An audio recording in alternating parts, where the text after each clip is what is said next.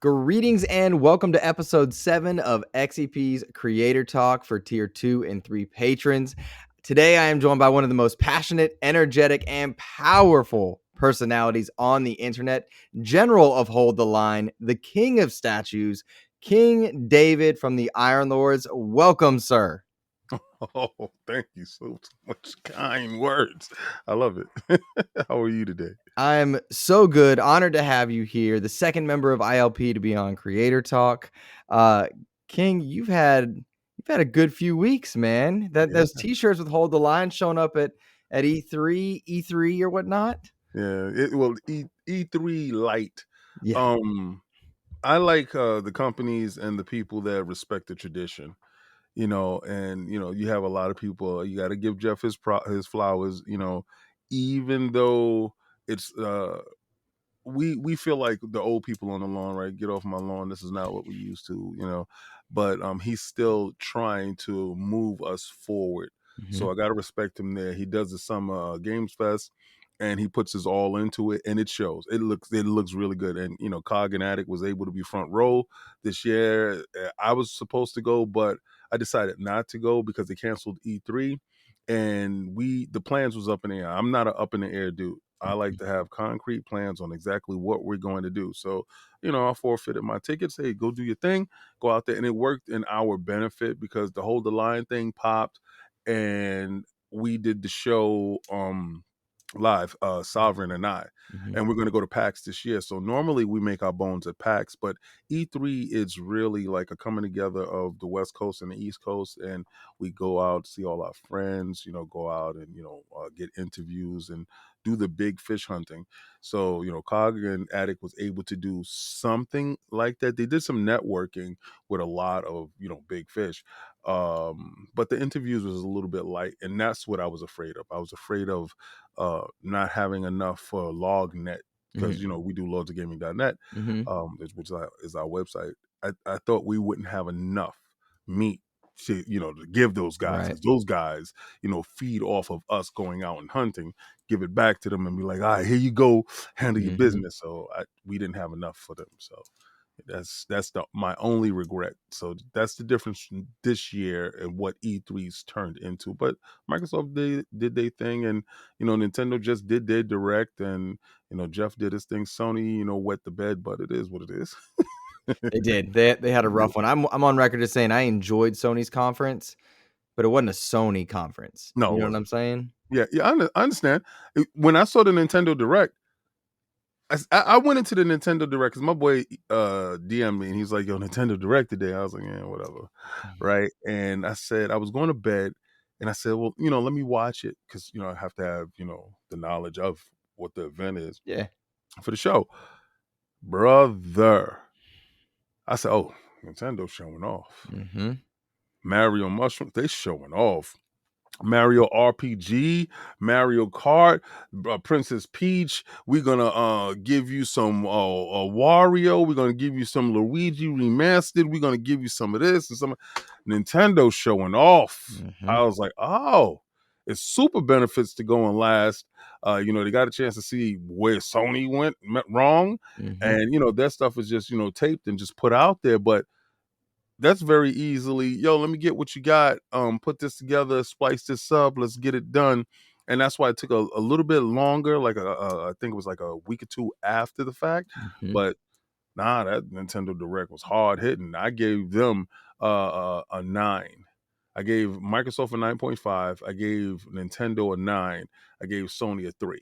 And that's from the standpoint, these directs and these showcases and these shows are for you to show your first party titles and what we got your platform for. I did not come here for third party stuff. Yeah, they could be sprinkled in there. I didn't come here for indie stuff. Yeah, it could be sprinkled in there. But show me why you're you. What makes you different? Let me see your fingerprint. And I don't think Sony put their fingerprint on their show. And given Jeff his the date for Spider-Man, letting Final Fantasy 7 being shown at his show, I thought those was huge missteps that could have bumped their show up to at least an 8, whereas you deferred to somebody else. And I'm sorry, bro. That's not how you win the game. You know, you sitting on your laurels and you think you got it like that, and you see the other two really hungry. Mm-hmm. So I'm gonna go with the hungry competitors opposed to the fat lazy champion. Yeah, agree. And the only part that I might push back in, and even then I'm not pushing back hard, is I was really happy to see third party presence at Xbox's show Right. because we've not seen that before, at True. least not in that way, right? To get third party games be put on spotlight like Star Wars and such. I was glad to see Xbox making that move because that's a move they've been reluctant to make Right. in years past. So that's the only part. But otherwise, I agree because I saw games in every show I wanted to play, Right. but Sony's show was not Sony's show. Exactly. They didn't have their stamp on it. We knew Spider-Man was gonna be there. Where was that thing that we didn't know? Like, Right. right? Where was factions at? It's just certain things that they left up in the air. It Mm-hmm. was too ambiguous. Like I don't know. It just felt like, yeah, we got it. You don't. When you coming for my dollar, you got to get this because this is blood, sweat, and tears. This dollar is right. Every dollar I make is a dollar I earned. Now, if you want this dollar, you have to earn this dollar. Mm-hmm. And just the same way I went out and earned it, you got to go out and earn it. And Mario looked like he earned it over Spider-Man if you want to fight hard on it. I mean, I'm going to get both, but if it came down to it, I don't know, that Mario kind of wowed the hell out of me. Spider-Man did too. I'm a Spider-Man fan, but Same. And I don't want to step on your statue toes, but I yeah. did get that $200 one because I wanted the not quite statue. See, and that's what I be talking about. All right, I'll show you a $200 statue right now. Right, come here. Look at just pulling it off the shelf. All right, I'll show you a Who we got? Who we $200 got? statue. Sabretooth This and is a Wolverine. $200 statue. Sabretooth versus Wolverine. Now it's not worth $200 anymore, but when it came out, it was 200 and some change, right? Okay. So now place that up there. See, real What talk. I I thought was that looked telling good. people, I'm telling them, you have to respect your dollar. This PVC, this plastic vinyl collectible stuff, Mm-hmm. we have to make the companies understand that our dollar is valuable. Mm-hmm. And I recommend it everybody. I have $100 statues over there, small, same size as the one that you're gonna get. Mm-hmm. They Iron Studios makes them. Pick them up at sideshow.com. Yeah. Iron Studios make them. Yeah. And I know you know, right? But the thing is, a lot of people don't know. So they thought it was like a console war thing that when I was going at it, I said, no, buy the game. Buy the premium tier under the Mm-hmm. PVC crap. Get that one. Spend $100. Get that one because I'm getting it. Mm-hmm. I'm getting all the digital. Yeah. I'm gonna do that. But I'm also gonna pick up a Spider-Man statue. I got the Spider-Man 2018 statue over there. Mm-hmm. And I'm gonna pick that statue up for $150. Mm-hmm. It's gonna equal the same amount of money, but I'm gonna have a quality statue. I'm not gonna have this little plastic thing that melts in the sun and disappears later on. It has absolutely zero value that I'm gonna find in Best Buy 6 months down the road for $60, Mm-hmm. where I'm gonna look at it and have buyer's remorse, and it's just coming from a place of did that, messed up, let me do this, and it's just a better investment for your dollar. Mm-hmm. And that's what I was trying to get across. But everybody's so caught up in the fanboy stuff, and we gotta fight. King is saying something. He's going against Sony. We're gonna fight. Boy, I'm a bigger Spider-Man fan than you ever dreamed. And I see Spider-Man. I love it. That was my game of the year, and I'm pretty sure this one is gonna be my game of the year too. Nobody's gonna be able to tell me anything. Mm-hmm. I don't care if Sony makes it, but at the same time, it's just valuing your dollar and where to place your dollar, and to teach these companies to do partnerships with Sideshow, do partnerships with real statues, and then you're going to see the revenue and you're going to see the return on investment, because they don't give you a physical copy. They give you a digital copy in a box. Right. So why not buy the digital copy and go get a real statue? That's Fair just point. my thing. Now, how did you get into statues? You are the king of statues. How'd you even get there? You haven't seen my boy collection, right? I mean, listen, All right, so we just had a cookout, DCX, that's Darth Castle X. That's my extended statue family, and the 6th annual Collectors Cookout, where we had, they ordered an ice cream truck. An ice cream truck showed up for a bunch of grown men. We had that. We had belly dancers playing with fire. We had I might have seen a all. video you put up. It was kind of crazy. They had all types of meats, pause, over there cooking, and I don't eat. I'm a pescatarian, so I eat seafood. They Okay. had the salmon and the shrimp and the stuff for us, and the beers and everything, and we had cookies, cakes, and ice creams. It was just really fun time. Mm-hmm. That's my group. And how I started collecting statues. I've always been a collector. I got like 62,000 comic books. I've always collected like I didn't even know they were sideshow stuff before, but they were sideshows, little like dolls or whatever, and I was collecting them before. Mm-hmm. Always collected, always had Transformers, always had that stuff. GI Joes, always a weird kid like that. I was a super nerd, super complete nerd. Mm-hmm. And one day, my wife and we're driving, because I'm working at night, and we're driving downtown. I'm driving past Forbidden Planet, and they're closed. Okay. But there's a Hulk in the window, a Hulk statue, Gladiator Hulk, and it's the original OG one. And I immediately pulled over, hopped out the car. Like, the statue is huge. He looks fantastic. It's my greatest storyline for the Incredible Hulk. That's my greatest character. Okay. And I'm like, what the hell is this? Then I see other statues in the window, but the hell with y'all, but what is this? So, all right, they're closed now. I'm making my business come back. Came back in the morning, got there like around, well, it was really afternoon, close to evening time. Well, it was evening time. It was like 6 p.m. Got back to 6 p.m. the next day, and go in there, go straight to the guy, the owner. Yo, how much is the Hulk in the window? $650. Mm-hmm. Yeah, I'm get the hell out of here. I'm not paying $650 for this statue. Okay. You're bugging. I get to the car, and my wife was like, "Well, what you gonna do?" I said, "It's $650." She said, "You gonna let that stop you from getting the statue?" Oh, now she pulling my man card. Yeah, she said, "What's up?" Yeah, she was tugging at my ego. All right, yo, give me the statue, B. All right, so I go in there, Huh? get the statue, put it in a big box.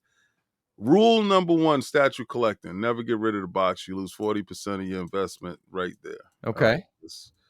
rule number 1: don't ever do it. I got it. Threw out the box, threw out the foam. Have my statue. I'm like, oh man, it's crazy. Craziest statue. I still got it. I can't get rid of it because I don't have no box. And I wouldn't get rid of it anyway because he started the whole thing. Mm-hmm.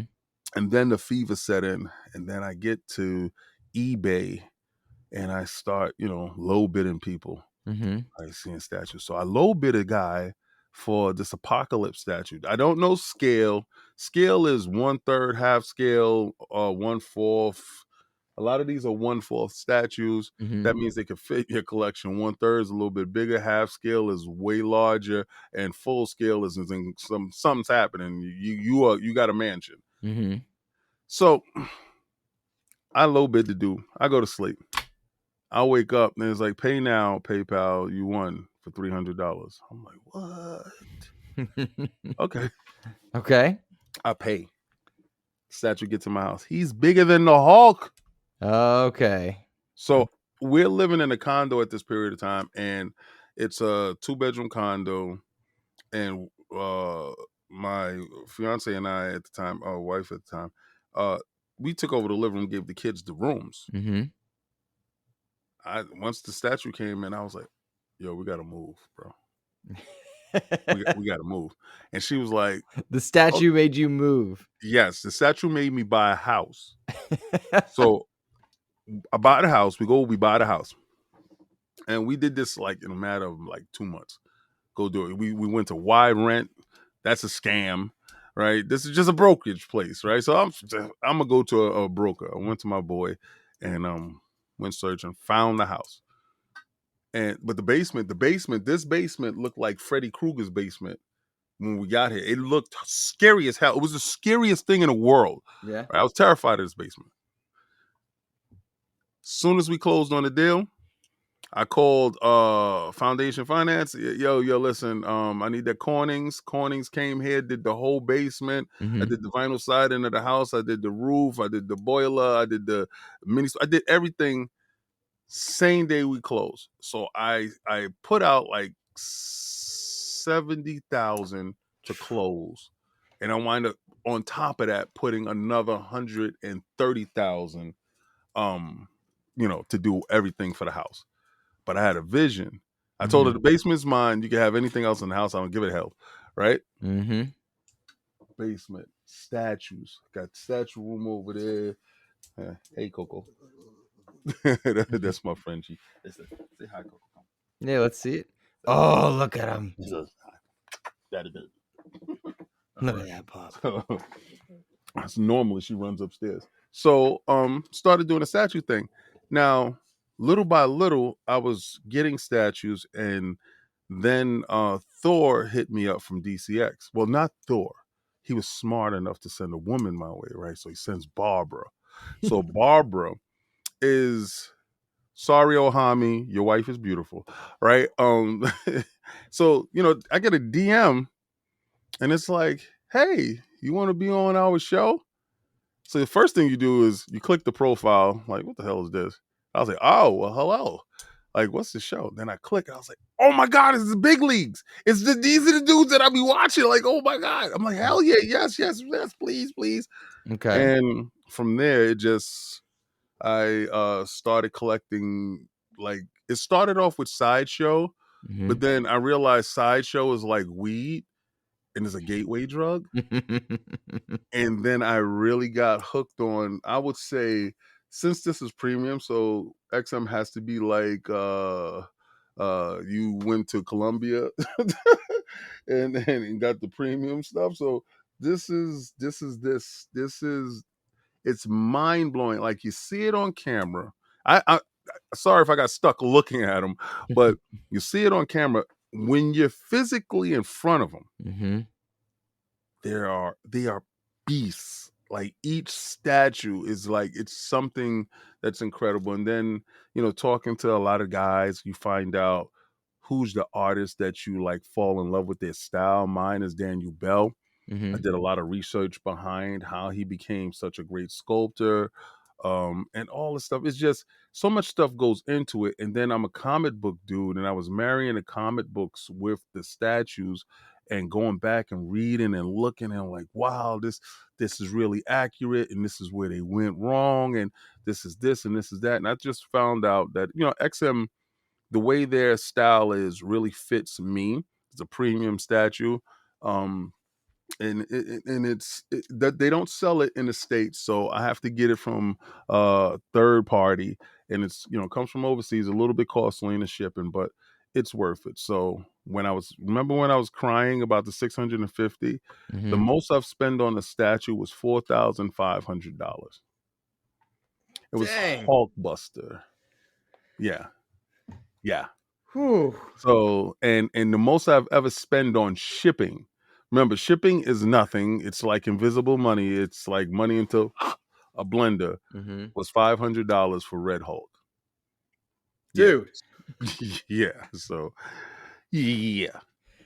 how much statue content creation kind of coincided, and like you said you were going on shows with the big leagues, how much did that Right. like line up with your ILP journey?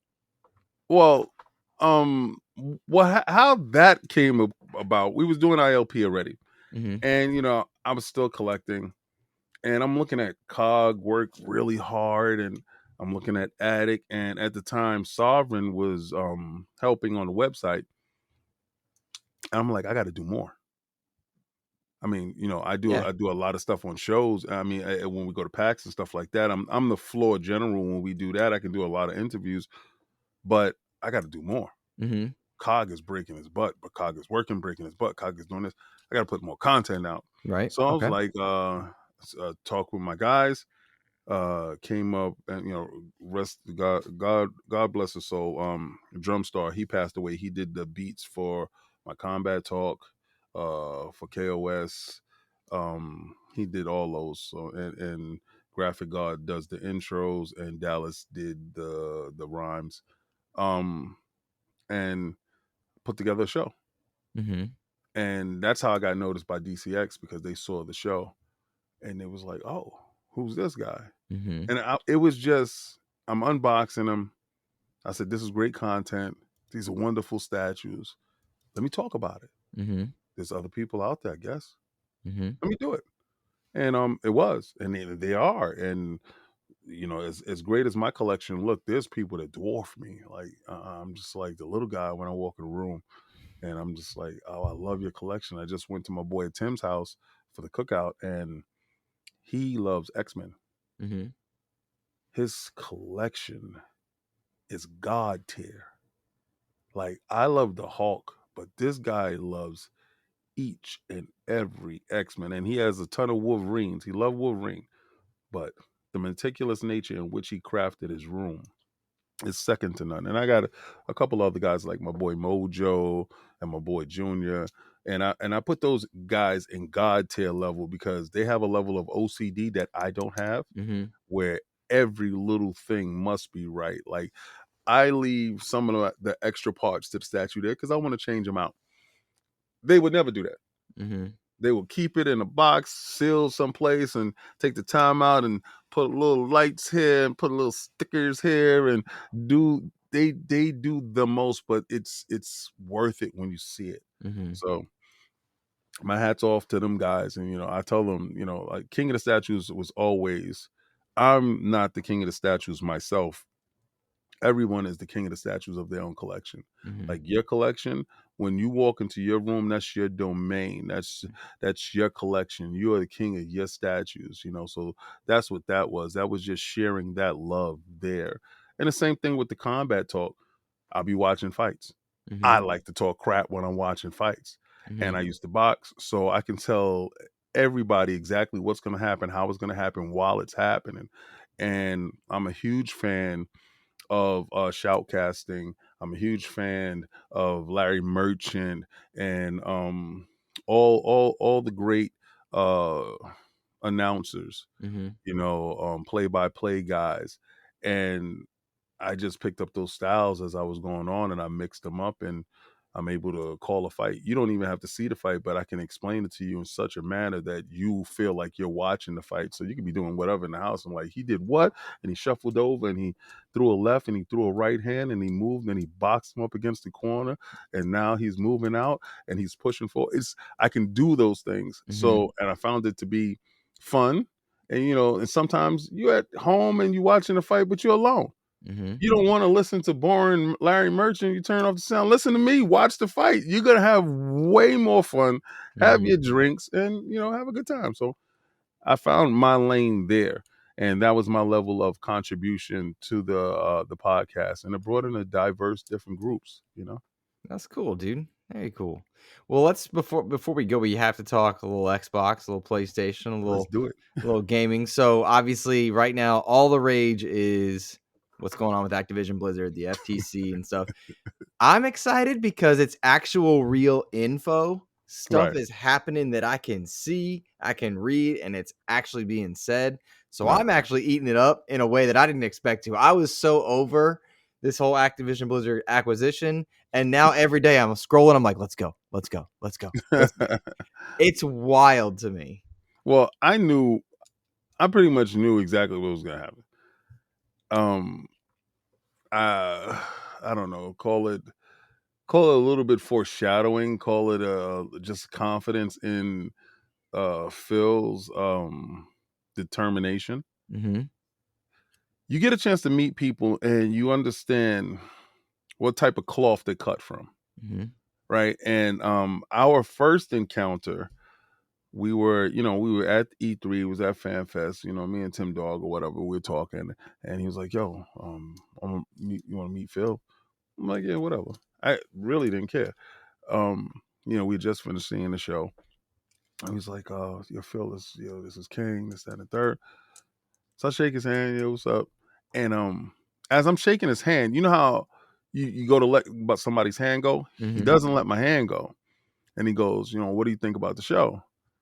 I was like, it was good. He goes, no. He brings me close. Like, what do you really think about the show? I said, oh, you really want that? You want that? Okay. Why did you end on somebody else's IP? That was the year that they ended on Apex. Okay. He said, business. Now, real recognize real. When he explained business, I understand what all that entails. I'm a business owner. I understand sometimes you got to make a little concessions for certain things in order to get here. So you got to take a step back in order to let somebody else shine, because that shine is going to reflect on you with other things. And it did. I was like, this kid got spunk. I like him. He told you the deal. He had a thing about him. I was like, I said, this is the one. And I went back and I told Cog, I was like, he the one. I said, he's the one. Because remember, at that time, Donnie done sunk us. So we were heading down a tube that it didn't look good. It just did not look good at all. And you know, the reality of the situation is Microsoft was almost gone. Like, not Microsoft himself. Xbox was almost gone. Xbox was almost done. And they gave Phil a sinking ship and a bucket and said, hey, it's some duct tape, and said, hey, fix that. He did. He did. He did. He got the right people in place. I mean, I think a great general gets the right people in place. And along the line, he started getting different titles from me. And I'm the only person screaming out these titles, and dudes is looking at me like I'm crazy. And I'm like, the first time he got Dominus. I'm like, Second time he got Maximus. I have that shirt. Then he got Aurelius. So his full name is Phil Dominus Maximus Aurelius Spencer. And each title came when he hit a different milestone. Aurelius is, if anybody knows, is in ancient Greek, is the golden one. It's golden. He's the golden one. After this FTC, y'all see why. I already saw when he was on the stand why. I already seen when Matt Booty was on the stand why. Why you went and got your boy? Why you went and got your general? Why you put Sarah Bond in the spots that you put her? Why you did these deals? Why Satya backs you? See, that's the difference between Donnie. Donnie didn't have the purse strings. He didn't have the heir to purse strings. Phil knew who he needed to have on his side to get to where he needed to get to, and Satya was very key. Without Satya, excuse me, no ZeniMax. Without Satya, no ABK. Satya has the heir of the board. So without having the right allegiances and alliances, you're not going to make it happen. I said this man can move in a room full of snakes. Everybody thought he was too nice. Well, this FTC hearing shows you that my man was wheeling and dealing in the background. Deals is happening that he's trying to acquire everybody, because they put him in a position when you back a tiger into a corner, it's only one way out. It's forward. So he's gonna get out that corner by any means necessary, by hook or crook. It's gonna happen, and I'm seeing it happen. So everybody's like, the deal is done. I'm not. I looked at Lohr, and Law's like, no, the deal's not done. This is the most meaningful part of his legacy. It turned into that. It wasn't that in the beginning. It turned into that now. The moment he got on that stand, you are going to be judged by this moment here. He didn't shy from the moment. He didn't, shrink in the moment. No, he did exactly what I knew he would do, because I knew he was cut from that cloth then. He stood tall, and he answered the questions, how the questions needed to be answered. And his generals that he have in place did the same thing. So this deal is going to go through. My birthday is on Sunday, and it's going to be a great birthday. The deal is going to go through. And I told people before, PlayStation will be an app. Now, I believe both will be an app, because I just believe in Moore's law, in our technology. Our technology is leaps and bounds. If you look at the ROG Ally, I put that up against our Game Boy. Game Boy at the time was the pinnacle of technology from what we came from. An arcade there, But to have that thing in your hand, as fat as it was, we didn't care. We Mhm. was going everywhere. It didn't have a light. Then you got that little light that you plugged in the top. You was playing at Mhm. night. We came from there to that. Streaming, the most I had a IBM PC that was trash compared to this thing. Mhm. We're at a place where soon we're not gonna be we don't need to put console under the television. I have one of those 2023 Samsungs. All I gotta do is go upstairs with my controller, sync it to my TV, and Mhm. it plays my Game Pass. So yeah, we will be an app very fast, very soon. That barrier of entry will be removed. No longer will you need the $500, Mhm. to go get a console, the $300. You just go with your control, and that's for the casuals. Mhm. For us, I think a console will always be there for us Mhm. as the hardcore that need that local, that fast response, that everything. But I think with 5G will mitigate all of that because I've seen some stuff on 5G. Shout out to Tim Dog. We've seen things with 5G that's absolutely beyond Mhm. local. Like it's crazy. So, knowing that, knowing when everything is going, yeah, I'm pretty confident in exactly what's gonna happen. Especially today, they roasting the hell out of Jim on the stand. It was rough. It was Yeah. like, we're recording this on the day for any listener that's not sure, we were recording this on the day that Jim Ryan's video testimony was up there. Hmm. He really was getting torched, Yeah. like, badly. It Yeah. looked bad, and that is it was remarkable to me yet again how unprepared some people were to go toe to toe with Microsoft's plan. It was like, you Yeah. knew their plan. You knew what they were gonna do, and it feels like people were just getting roasted left and right. But that's arrogance. Mhm.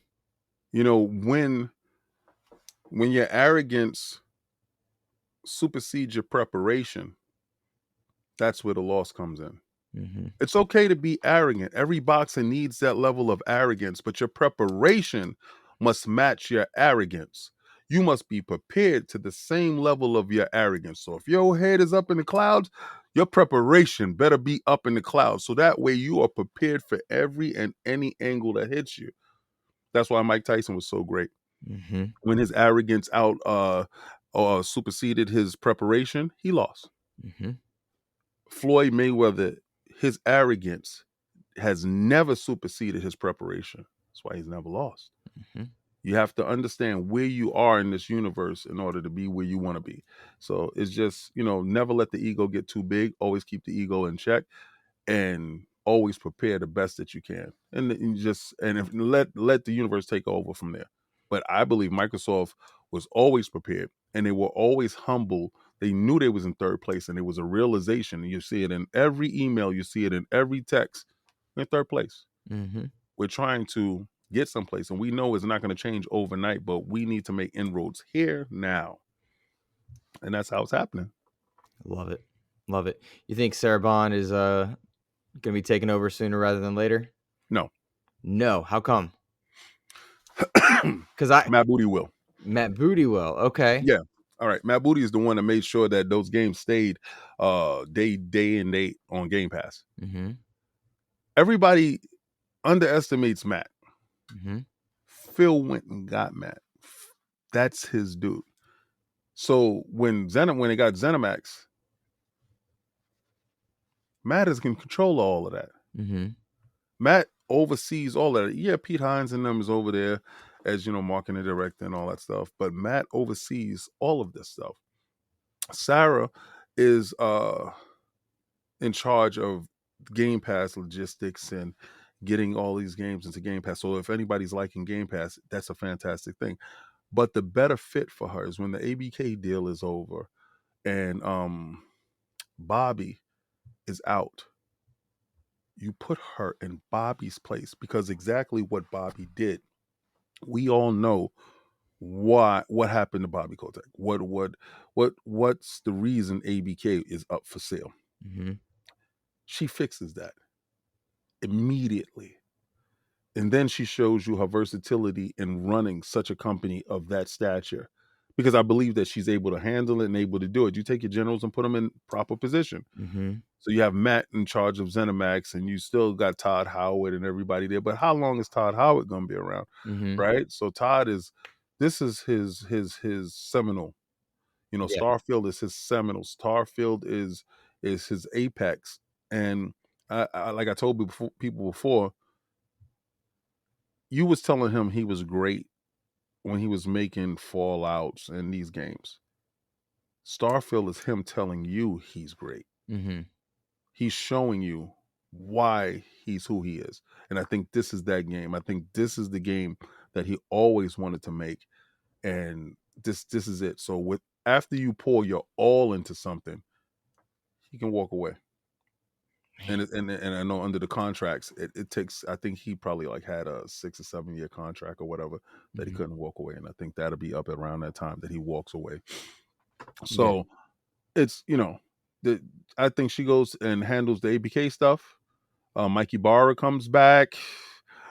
People don't understand. Like, I've always watched every time Microsoft heads of divisions goes to another company, Microsoft winds up acquiring those companies. So it's just, I don't know if it's a part of a plan. I don't know if it's part of some form of a coup. But I also say that they're going to go, after this deal is done, they're going to go to Embracer Group, and they're going to go pick up the Crystal Dynamics and other little trinkets that they went over there, IO Interactive. I think they're going to go grab Sega. I think Sarah Bond did such a wonderful job with talking and courting Sega that they pick up Sega. So those in the notes. They didn't want Bungie because Bungie didn't want to play how they wanted them to play, and Bungie wanted to be for the streets. And Microsoft's thought is, yeah, Destiny can be what Destiny is, but we want Marathon. And if you're not going to give us Marathon in its entirety solely, then we don't want you. And it was like, nah, we want Marathon to be just like Destiny. So then, let Sony get you, and we're going to get the game anyway, so we don't care. And that's how that went. So, nah, I think he has the proper people in places. I dig it, man. And soon Phil will leave, but Matt will extend, and Sarah. It'd just be like the type of thing. But I think for a little while he's gonna ride out this generation. King, on the other side of that camera, you got like a whiteboard or something? I feel like you got it all laid out. It's planned. You've set it up. It's just stuff that I've already seen, stuff that I've talked about, and it's very clear. It's very clear when you look at it, when you remove yourself from the fanboys isms of it. Like I told people, Jim was great for PlayStation.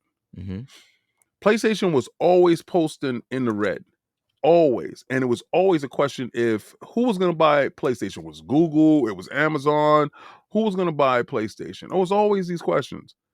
Now it's not really that the question no more, because he went and he cleared up Europe. He consolidated. He went and saw that Japan was producing nothing that was relevant. And okay, so we'll have you do this, we'll do that. And it takes a level of gumption to close down that Japanese Sony of Japan.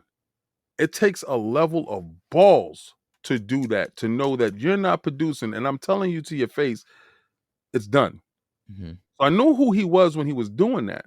And then he made sure that Europe was the stronghold. Now, here's the kicker. If Sean Layden is still in place and Jim isn't, the CMA sides with Microsoft. The fact that Jim switched the strongholds straight to Europe made the CMA, and he has ties there, side with Jim. Interesting. That's a good point. I had not thought of it like that. Interesting. Remember, the lawyer that's litigating on the FTC side used to work for Sony. You gotta see, Jim has strong ties, and he knows where to put people at. If Jim is not in control, that ABK deal goes through with no problem.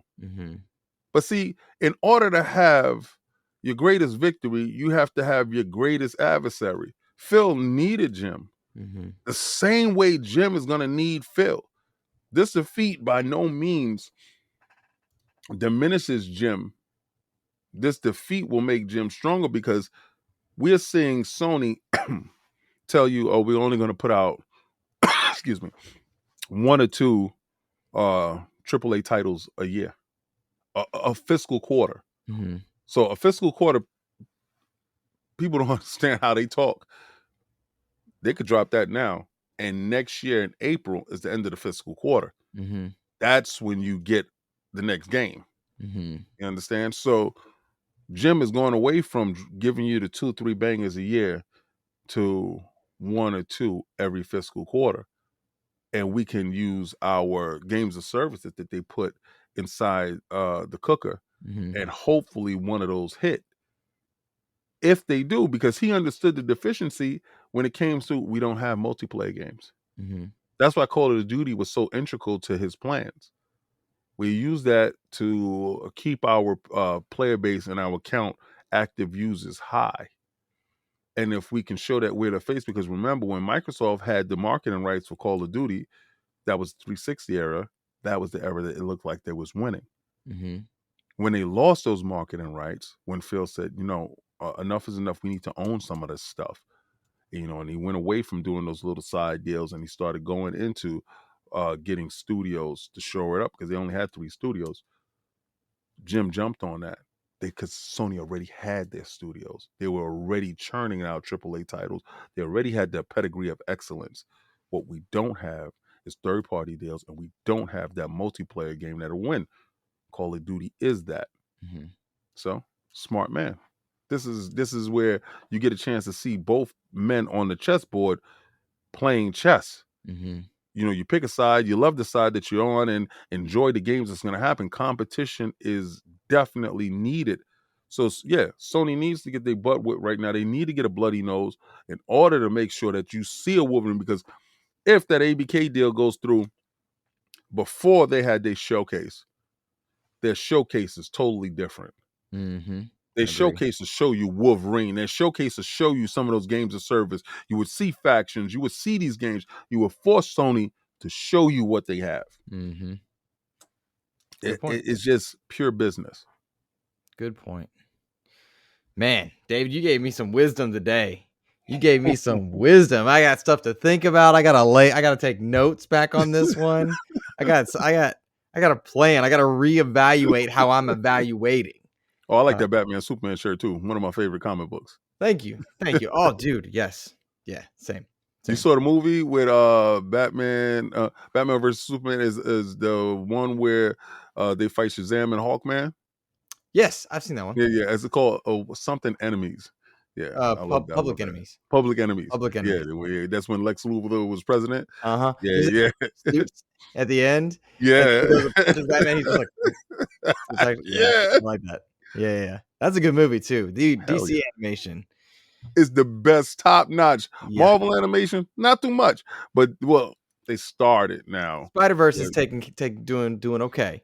Yeah, but there was that window where we had a whole universe of Batman and Superman, the Justice League War. It was good. Yeah, that was good. Yeah, good stuff, man. Yeah, huge in that. Well, listen, listeners, if you're listening on Patreon, thank you so much for supporting XEP. If you're watching this on YouTube a couple weeks down the line, consider supporting XEP over on Patreon. King David, please let people know where they need to be going to find your content, whether it's statues, whether it's fighting, whether it's IFP. Let's hear it. Okay, so first and foremost, I would say thank you for having me here. It's been a long time coming. Our meetup was seminal. Yeah.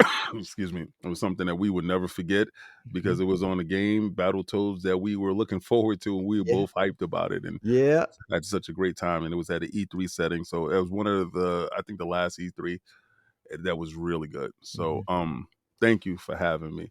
It's been a pleasure. And I tell people, you show kindness to everybody that you come across because you don't know who's who and what's what. Right. So imagine if I was an idiot, our story would be a whole lot different. So catch me on Iron Lords Podcast Sundays at 1 p.m. lordsofgaming.net, where you can go and see a lot of our reviews. We have a ton of great writers.